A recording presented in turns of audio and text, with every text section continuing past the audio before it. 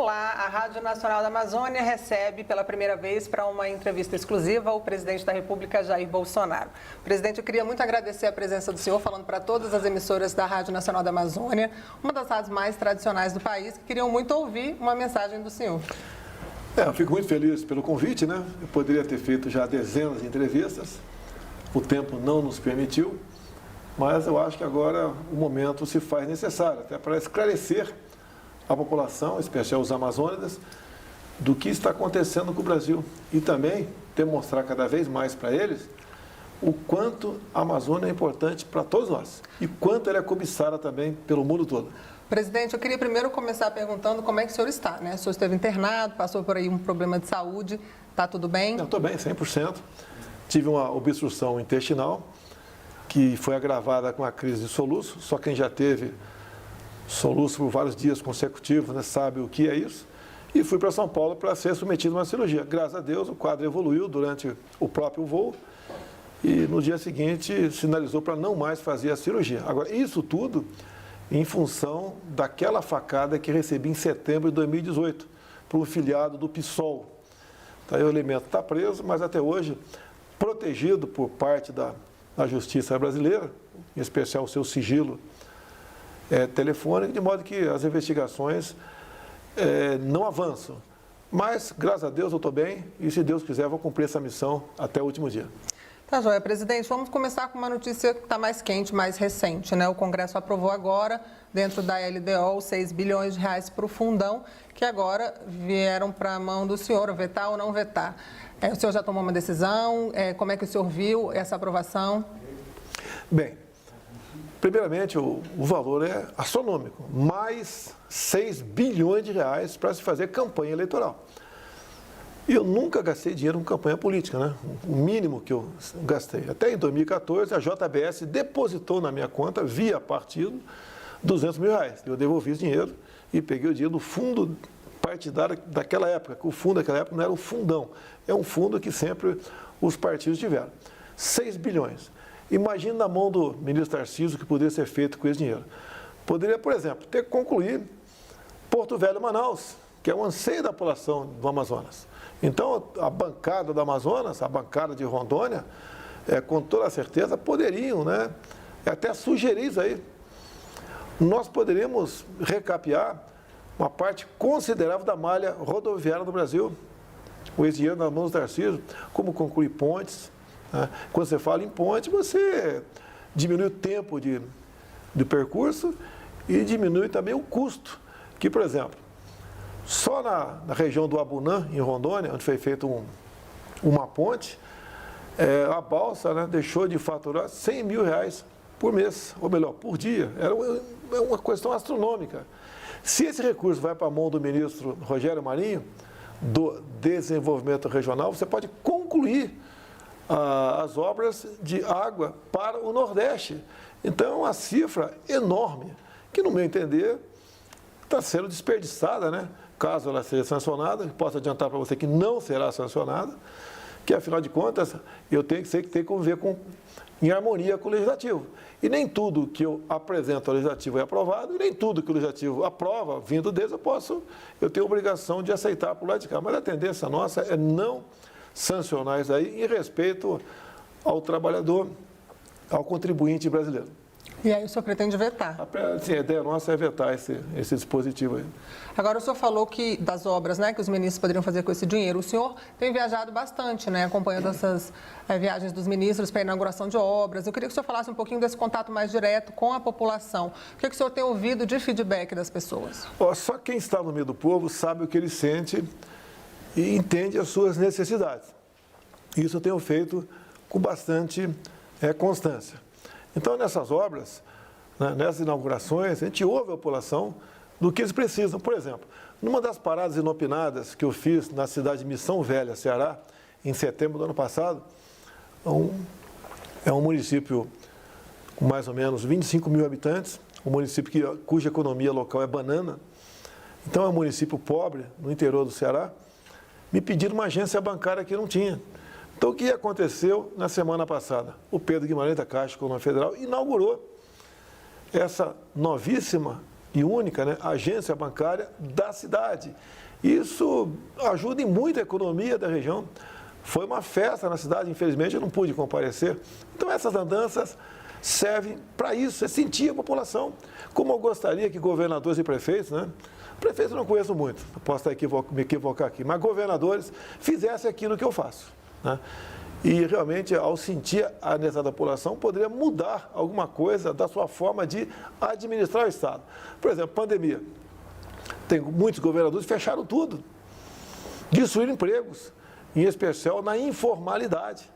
Nós somos mais ou menos 38 milhões de pessoas no Brasil que viviam do dia a dia. Muitos trabalhavam de manhã para comer de noite, perderam tudo. Se não é o auxílio emergencial por parte do governo, essas pessoas estariam condenadas aí até a morrer de fome. Então, ao você sentir a necessidade da população nessa viagem, você toma medidas por lá de cá. E deixe bem claro, né? A região que mais recebe Bolsa Família, proporcionalmente, é a região Nordeste. Nós estamos falando basicamente aqui para a região Norte. Agora, uma região Norte também é uma área com em torno de 25 milhões de pessoas que vivem na Amazônia que necessitam do apoio do governo. E nós fazemos a nossa parte. E nós gastamos de auxílio emergencial em 2020 mais que 10 anos de Bolsa Família. Então, o governo, ao contrário do que falo, né, que a gente não tem coração, a gente tem um olhar muito específico e voltado para os mais necessitados. Agora, presidente, o senhor falou da pandemia, que eu acredito que o senhor nunca imaginou, acho que o mundo, né, que enfrentaríamos um momento como esse que foi o surgimento da Covid-19. E o senhor acabou tendo que também mudar totalmente os planos, né? Eu acredito que o senhor tinha para o seu mandato. Eu queria que o senhor primeiro falasse um pouco sobre isso, que apesar dessa mudança, alteração de plano do governo, agora a economia já dá sinais de retomada e da importância que foi também o auxílio emergencial. O senhor prorrogou o auxílio, esse contato pessoalmente com as pessoas também ajudam nessa questão? Olha, vamos precisar prorrogar o auxílio emergencial. Vai vir também aí um novo plano seria um novo Bolsa Família que o ministro João Roma anunciou também na Voz do Brasil. É por aí que o governo vai caminhando para essa retomada, que o Brasil já está retomando, se recuperando economicamente? Primeiramente, você pode ver, 2020 foi o ano da pandemia, né, de março a dezembro. Nós terminamos dezembro com mais empregos formais do que dezembro de 2019. Isso é um sinal que a economia trabalhou nesse sentido, né? Trabalhou para evitar que milhões de empregos fossem destruídos. No tocante aos informais, como você disse aí, nós trabalhamos com o auxílio emergencial, num primeiro momento, 5 parcelas de R$600. Ajuda. Agora, cada parcela mensal equivalia ao endividamento mensal por parte do governo de quase 50 bilhões de reais. Então, o auxílio emergencial pode ser pouco para quem recebe, mas é muito para a União, para o Brasil. E nós temos que ter essa responsabilidade fiscal. E a economia tratou dessa questão. Bem, prorrogamos agora por mais 3 meses o auxílio emergencial. Pretendemos, em novembro, já ter um novo Bolsa Família, né? O valor será, no mínimo, R$300. Hoje em dia, a média do Bolsa Família equivale a R$192. Vamos passar isso para R$300. É um pouco mais de 50% de reajuste. Esse dinheiro vem de onde? Vem dos pagadores de impostos, que eu tenho que ter responsabilidade com esse dinheiro. Gostaria de dar mais. Agora, paralelamente a tudo isso, também tivemos a questão da inflação. A política do fica em casa, a economia a gente vê depois, que eu fui contra dessa forma como ela foi apresentada, mas eu não tinha poderes sobre estados e municípios, que foi retirada pelo Supremo Tribunal Federal. Uma das consequências foi exatamente a inflação. O mundo, por incrível que pareça, passou a consumir mais, passaram a comprar mais no Brasil. Aqui no Brasil também se consumiu mais, apesar da pandemia. O que levou um consumo maior? Os programas do governo. Se você olhar um pelo outro no Brasil, até as pessoas aumentaram um pouco de peso. Isso não é uma boa notícia em momento nenhum. O ideal era ter continuado na normalidade, mas isso acabou acontecendo no Brasil. E quando aumenta, então, o consumo e o mercado não está preparado para produzir, para atender essa demanda, vem a inflação atrás disso. E você pode ver, eu costumo dizer, né? A quem perdeu emprego e reclama da inflação. Eu, presidente Jair Bolsonaro, não fechei um botequim sequer. Sempre falei que a questão da economia e do vírus, né, a doença, você tinha que ter cuidado com essas coisas. Você tem que evitar o desemprego. Você tem que combater o vírus. A minha política de combate ao vírus seria muito parecida à do prefeito Lara, de Bagé, que praticamente não fechou o seu município e é um dos municípios que menos sofreu no tocante ao número de mortes por 1 milhão de habitantes. Essa seria a nossa política. Mas a partir do momento que o Supremo decidiu que governadores e prefeitos aqui tratariam dessa questão no final da linha, eu fiquei com as mãos atadas. Agora, não deixei em momento nenhum em falar para a população as decisões que eu tomaria no tocante à Covid. Eu te pergunto, o protocolo Mandetta, foi o primeiro-ministro nosso da Saúde, o que ele recomendava? Você com Covid, vá para casa, quando estiver sentindo falta de ar, vá para o hospital. Eu perguntei para o Mandetta, tá bom, ele vai ficar em casa, esperando sentir falta de ar. Vai para o hospital para fazer o quê? Para ser entubado? O tubo agora passou a ser um remédio? Será que não tem alternativa? Temos que procurar no mundo alternativas. Não tem, até hoje em dia, remédio com comprovação científica. Assim como o chá da minha vovó, que eu já tomei, não tinha comprovação científica. Assim, quando eu tive na região de São Gabriel das Cachoeiras, conversando com tucanos e com Yanomamis, né, essas duas etnias falaram para mim que muitos índios haviam se contagiado com o vírus e ninguém morreu. Depois não morreu por quê? Porque tomaram chá de casca de árvores. Ninguém está recomendando chá de casca de árvore aqui. Se bem que, se nós estivéssemos estudando a nossa biodiversidade, quem sabe da floresta viesse cura para alguma coisa. Porque esses seres humanos que estão lá sobreviveram ao longo de milhares de anos. E a minha política em si era completamente diferente da do Mandetta. Tá? Agora, apareceu no Brasil, sim, em conversas com autoridades sanitárias, com embaixadores que estão em outros países, por que está morrendo menos gente? Apareceu a hidroxicloroquina. Eu tomei hidroxicloroquina, no dia seguinte estava bom. Milhões de pessoas tomaram no Brasil isso ou ivermectina. Agora, por que ela foi demonizada, satanizada? No meu entender, porque o lobby da indústria farmacêutica falou muito alto no Brasil. Como agora, conversei com o ministro Queiroga e falei para ele estudar a proxalutamida. Porque todo mundo está anestesiado no Brasil. Se você fala qualquer coisa que estaria dando certo em outro país qualquer, rapidamente você é satanizado. Devemos focar apenas na vacina? Não, a vacina sim, mas não apenas na vacina. Afinal de contas, a vacina tem dado mostras, né, em algum lugar no mundo, tipo de vacina, que ela não te protege. Então, a questão do tratamento precoce, o tratamento inicial, você tem que procurar um médico e buscar alternativas. Se for para esperar sentir falta de ar e ser entubado, a tua chance de sobrevivência diminui bastante. E nós queremos salvar vidas. Agora, falando sobre vacina, presidente, o Brasil vem se consolidando como um dos países que mais vacinam no mundo e o senhor sempre disse que disponibilizaria as vacinas que fossem aprovadas pela Anvisa. Quais são os cuidados tomados pelo governo nesse processo? Olha, tirando os países que fabricam vacinas, são 4, o Brasil é o país que mais vacinou no mundo.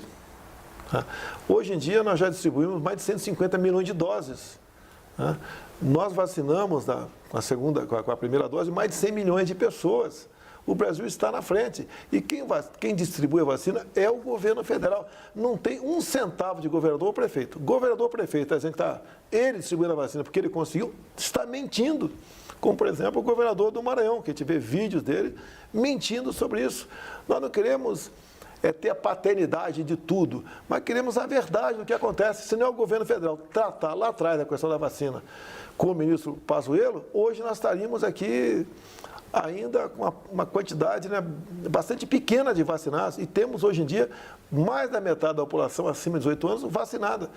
Orgulho do Brasil. Eu peço a Deus que a vacina dê certo. E o governo também tem auxiliado estados e municípios com envio de recursos, abertura de leitos de UTI, compra de insumos.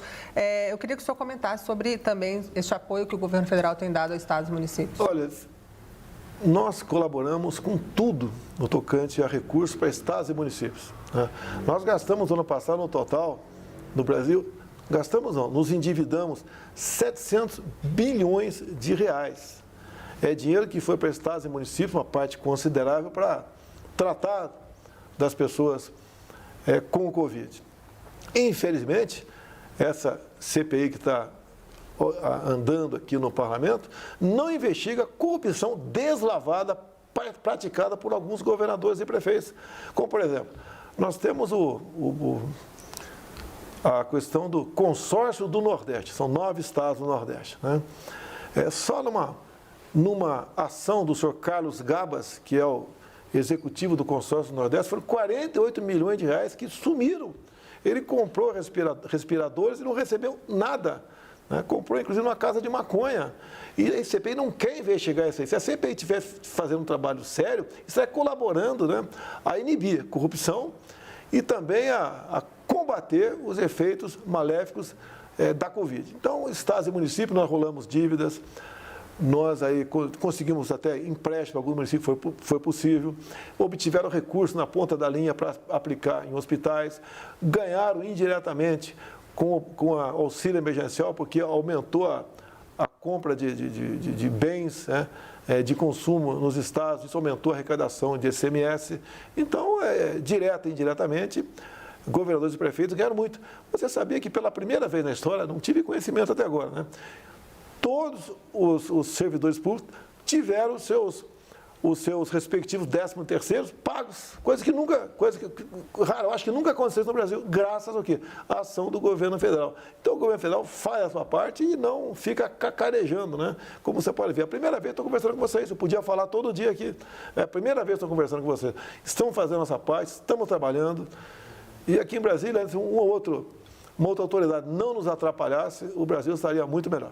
Presidente, vamos mudar um pouquinho de assunto, vamos falar sobre a internet. Recentemente, o governo lançou a internet 5G e também o Ministério das Comunicações tem levado a internet para os lugares que ainda não tem, né? Levado para as praças, para as escolas.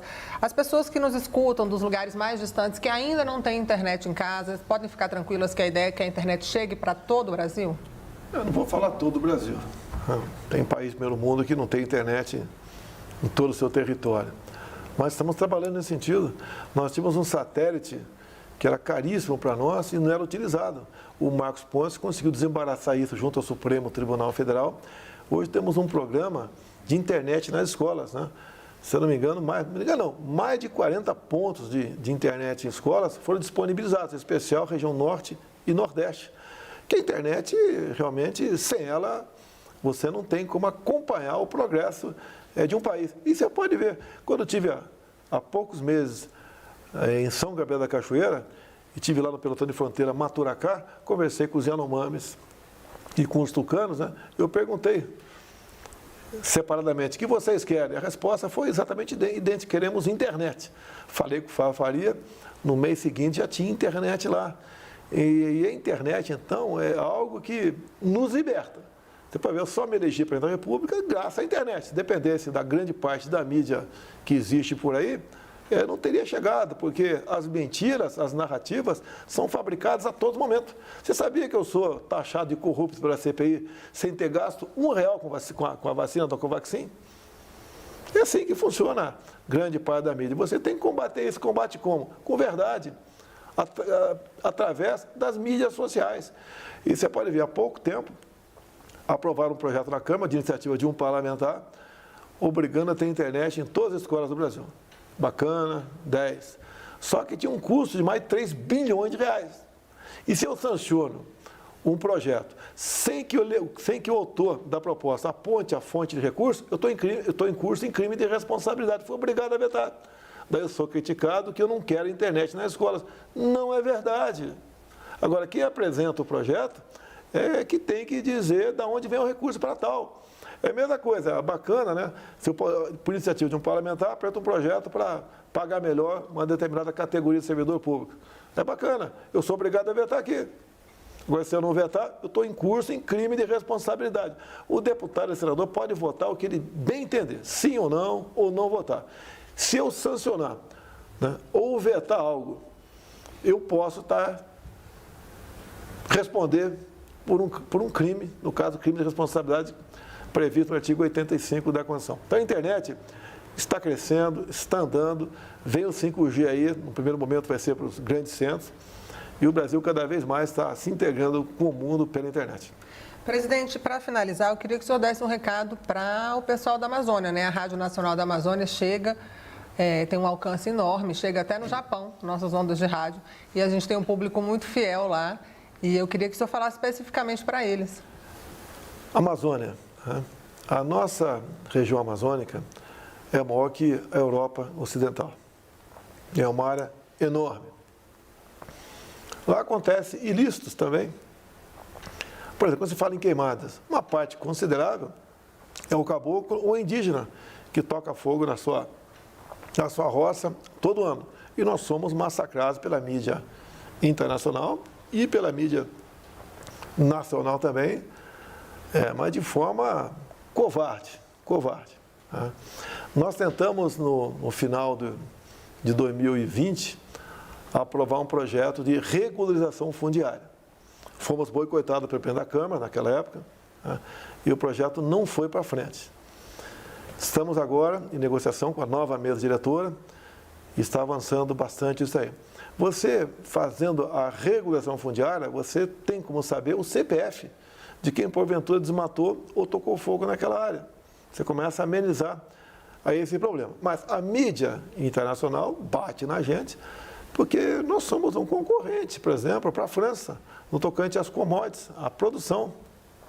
E nós, né, temos que lutar com os meios que nós temos para mostrar o que é a Amazônia. Bem, a Amazônia é uma região também riquíssima. Você pega o mapa metalogenético, que tem os metais, né? Cada metal tem uma coloração. Você vai ver o que tem embaixo da terra. A região de Roraima, por exemplo, né? Estado do Amazonas, a divisa ali, é uma área fantástica em riquezas minerais. Não é à toa que Roraima praticamente perdeu a sua viabilidade econômica pela quantidade, né? Pela extensão territorial com demarcação de terras indígenas. Né? Não é justo você reservar uma área 2 vezes o tamanho do estado do Rio de Janeiro para 10 mil índios. Não é razoável.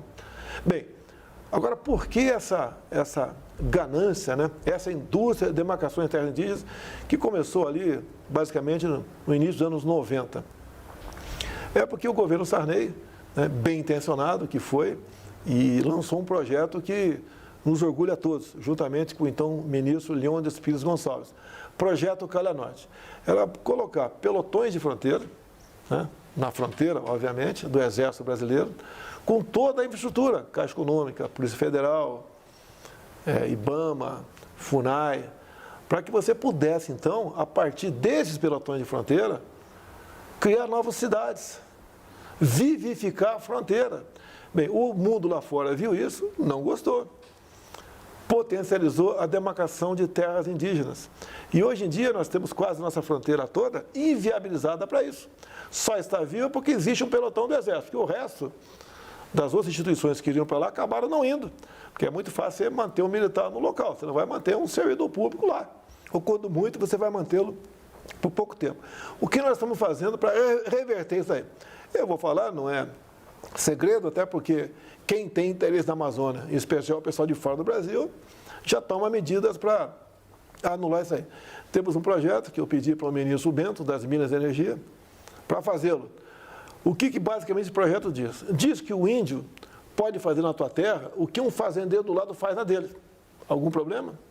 O índio vai poder garimpar, ele pode, se abrir uma estrada na terra dele, ele vai poder cobrar pedágio lá, um pedágio legal na terra dele. Você vê, hoje em dia, nós temos um problema com índios, né, para levar o linhão de Manaus para Boa Vista.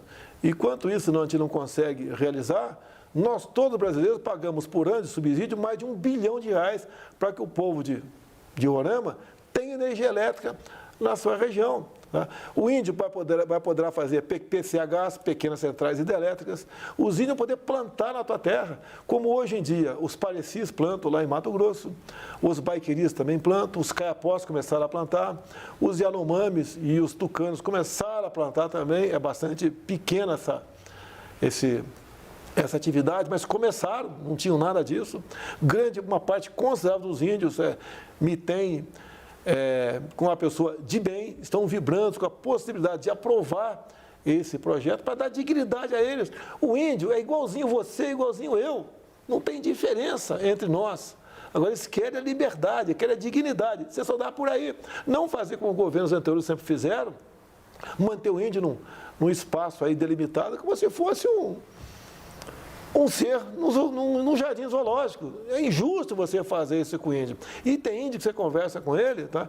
Ele já está tão evoluído que é igualzinho de nós. Isso tem que chegar nas comunidades, nós estamos fazendo o possível para que isso aconteça. Nós temos hoje em dia um presidente da FUNAI, o Xavier, que é policial federal, que faz um trabalho excepcional nessa área. Você vê também, né, fora dos índios. Nós estamos distribuindo aqui títulos da reforma agrária. Em 2 anos de governo, nós distribuímos mais títulos que os últimos 20 anos. Você está dando liberdade, uma carta de euforia, né, ao pessoal que é escravizado pelo MST. Nós potencializamos a questão de armas do Brasil. Todas as ditaduras foram precedidas de campanha de desarmamento. Eu estou fazendo uma campanha de armamento. Você não vê mais o MST invadindo terras no Brasil. Imagine você, teu pai, teu avô, né? Tem uma propriedade grande e, de repente, você vê o MST invadindo, tocando fogo, matando a criação tua. Então, com as armas, nós conseguimos, em parte, conter isso. Também tiramos o dia de ONGs que ajudavam o MST. Tá? Do que nós fizemos com o IBAMA, né? Multa tem que aplicar? Tem, mas com critério. Então, obviamente, diminuiu a multagem no campo. Nós também fizemos o quê? Que os gargalos para exportação fossem modernizados. Quando você pega para a BR-163, né, que eram 50 quilômetros apenas, mas que levava em média 10 dias de chuva para um caminhão carregado passar, acabou, o Tarcísio asfaltou isso aí. Então, tivemos esse ganho no campo. E a questão indígena, eles vão indo para o mesmo caminho. Você pode ver quanto índio pode produzir a mais para o Brasil quando ele tiver na sua plena potencialidade para tal. Hoje em dia, 14%, um pouco mais de 14% do território brasileiro é demarcado como terra indígena. Isso equivale a uma região próxima à região sudeste, São Paulo, Minas, Rio e Espírito Santo. Olha aqui que essas áreas produzem para o agronegócio nosso. Nós podemos, o que essa área produz, podemos dobrar com as reservas indígenas. É o nosso potencial, tá? É a nossa vocação, o agronegócio. Então, essas questões todas que nós tratamos aqui ajudam a região amazônica. O ano passado chegou a ministra Tereza Cristina apavorada a conversar comigo. Presidente, nós queremos plantar cana-de-açúcar no estado do Amazonas. Ué, mas qual o problema? Qual o problema plantar cana-de-açúcar no estado do Amazonas? Tem um decreto que proíbe. Tem um decreto presidencial que proíbe plantar cana-de-açúcar no estado do Amazonas. Lá nós sabemos que 80% de tudo é preservado. Então, você vai plantar várias coisas, entre elas cana-de-açúcar em 20% do que sobra, né, dos 100% da região amazônica. Ela estava preocupada que eu ia sofrer muito na mão de ambientalistas. Eu falei, os ambientalistas vão fazer o quê? Que eu quero transformar a floresta em canaviais? Então, essas questões, você tem que ter coragem para fazer. Agora, levo pancada, não tem problema. Tá? Isso daí, o mundo lá fora fica revoltado comigo. Agora, assinei o decreto, foi elogiado pelo presidente da Câmara, Assembleia Legislativa do Estado do Amazonas, o pessoal que produz também lá gostou da ideia, e agora nós podemos plantar cana-de-açúcar no estado do Amazonas. Olha que coisa ridícula! Como é que o Brasil pode estar em pé com tais medidas, né, que são em todos os setores burocráticas, que não deixam o Brasil para frente? Você pode ver, eu estive em Cancún há 20 anos atrás, não sei se você conhece, pelo menos de imagem você deve conhecer. Nós temos um Cancún, que é a Baía de Angra, melhor que Cancún, porque lá a água é uma temperatura amena, é transparente também, não tanto transparente como lá, mas é transparente, não tem ondas, são 300 e quase 400 ilhas que estão na região. E eu tive uma oferta de um país da comunidade árabe para transformar aquilo numa Cancún, de mais de $1 bilhão. Agora, tem um decreto ambiental que impede você transformar aquilo numa Cancún. Daí vem o pessoal que não entende, né? O cara quer destruir a região. Não, a região está sendo destruída. é grande e não tem como fiscalizar, está sendo destruída a região. Com o turismo lá, você poderia preservar que em cada ilha que interessasse, para o grupo que fosse explorar, ele ficaria encarregado da preservação local. Mas quem revoga decreto ambiental não sou eu, é o Poder Legislativo, é um projeto de lei. Agora, aprovar um projeto desse não é fácil, que os lobbies de dentro e de fora, contrário, são muitos. Agora, o Brasil podia estar crescendo, entre você gastar dinheiro em Cancún, ou outro ponto qualquer do mundo, você poderia ir para a Baía de Angra e gastar o dinheiro nosso lá, e poderia receber muita gente de fora do Brasil também. Então, estamos conversando com o Arthur Lira, num primeiro momento, para ver se a gente apresenta um projeto considerando a região de interesse turístico e revogando esse decreto presidencial, se não me engano, é de 88. E podemos desenvolver a região. Você vai pegar Mangaratiba, Angra dos Reis e Paraty, por exemplo. Você vai potencializar economicamente aquela região. Já conseguimos ampliar o aeroporto de Angra, trabalho do Gilson Machado, nosso ministro do Turismo, e do Tarcísio também, que estão fazendo o possível. E assim fazemos, né, em todo o Brasil, que nós queremos é melhorar o país. Agora, não é fácil você lutar contra grande parte de uma imprensa que não tem qualquer responsabilidade. Eu não tirei dinheiro da imprensa, eu simplesmente gastei em outro local. Eu posso resolver o problema de deixar de ser acusado de genocida, obrigado aí, né? Deixar de sofrer tanto, se eu pegar Banco do Brasil, Caixa Econômica, BNDES, pessoal, cada um aí $1 bi por ano para essa TV, para a TV Globo. Pronto, resolveu o problema. Mas nós não vamos fazer isso. Nós estamos fazendo a coisa certa. E olha só, quando se fala em corrupção, posso continuar? Não? Pode, claro. Quando se fala em corrupção, né, se você pegar em governos anteriores, as estatais davam prejuízos de dezenas de bilhões de reais. Agora dão um lucro de dezenas de bilhões de reais. Você pega Itaipu Binacional, que investia por ano um pouco mais de 100 milhões, basicamente em projetos sociais, né, na região. O nosso governo investiu, o ano passado, 2,5 bilhões de Itaipu Binacional. Para onde está indo grande parte desse recurso? 2 pontes com o Paraguai. Uma já mais de 50% pronta, a outra, que é em próprio Foz do Iguaçu, a outra em Porto Murtinho, que sai do papel brevemente. Ampliamos o aeroporto de Foz do Iguaçu, que nas próximas semanas já começa a receber voos internacionais. Então, teve muita gente que, ao ser reativado o turismo, em vez de pousar na Argentina e vir para o Brasil, vai pousar no Brasil. Está na cara que ele vai usar a nossa rede hoteleira de lá, é mais recurso que entra para nós. Aproximadamente 40 cidades do noroeste do Paraná são atendidas por Itaipu Binacional. Os Correios, tão mal falados, né? Porque a grande corrupção começou lá, em 2004, né? Com o tal do mensalão.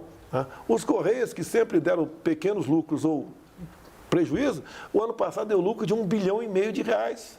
Essa estatal que era usada, né, pela esquerda, quando estava no poder, em tudo. Só era corrupção ali. Inclusive, no tocante aos fundos de pensões, aos fundos de pensão dos Correios, que apostados, compraram na época papéis da Venezuela. Ou seja, é corrupção em cima de corrupção. Então, o nosso trabalho, toda vez que você mexe, que eu chamo num ninho de desmando como esse, que alguns que eu citei, muita coisa se volta contra a gente. Então, é o tempo todo aquela acusação, né? Disso, daquilo. Apareceu mais uma narrativa agora contra a saúde, né? É uma atrás da outra. É gabinete paralelo, é cloroquina, é a Covaxin que não foi comprada. Tá? O encontro com empresários, passou a ser crime encontro com empresário no Brasil. Se bem que foi encontro fortuito aquele do ministro. Bem, o que interessa? Estou com consciência tranquila, estou fazendo o possível. Tá? O Brasil, em relação a outros países, é um dos que melhor, dos 5 países, é o 5º que melhor se comportou no período da pandemia e esse quase, se Deus quiser, pós-pandemia também. Então, o Brasil está de parabéns, agradeço a minha equipe de, atualmente, 22 ministros, bem como os servidores públicos, que têm nos ajudado e muito a vencer esse momento difícil para todos nós. Presidente, eu queria agradecer muito a sua disponibilidade de conversar aqui com a gente, com todas as emissoras da Rádio Nacional, e pedir para o senhor, se for possível, né, a gente queria abrir um canal de comunicação, de mandar perguntas, se o senhor puder responder mais para frente, a gente manda essas perguntas e o senhor responde o que a população mandar. Vamos Mas, falar, de qualquer forma... Vamos falar uma vez por mês, pode deixar. Eu quero agradecer mais uma coisa, né, já que você falou de Amazonas, né? Agradecer ao povo de Manaus, que eu não pude comparecer aos eventos oficiais de sexta-feira e tampouco, obviamente, aquele congressamento que eu passeio de moto no sábado. Mas ele acabou ocorrendo da mesma maneira. Eu quero agradecer ao grupo de motociclistas, ao povo de Manaus, ao meu amigo Coronel Menezes, que participou também dessa organização, e dizer que, se Deus quiser, né, no máximo em setembro nós estaremos em Manaus para esses eventos e para um passeio de motocicleta, se Deus quiser. Muito obrigada, presidente.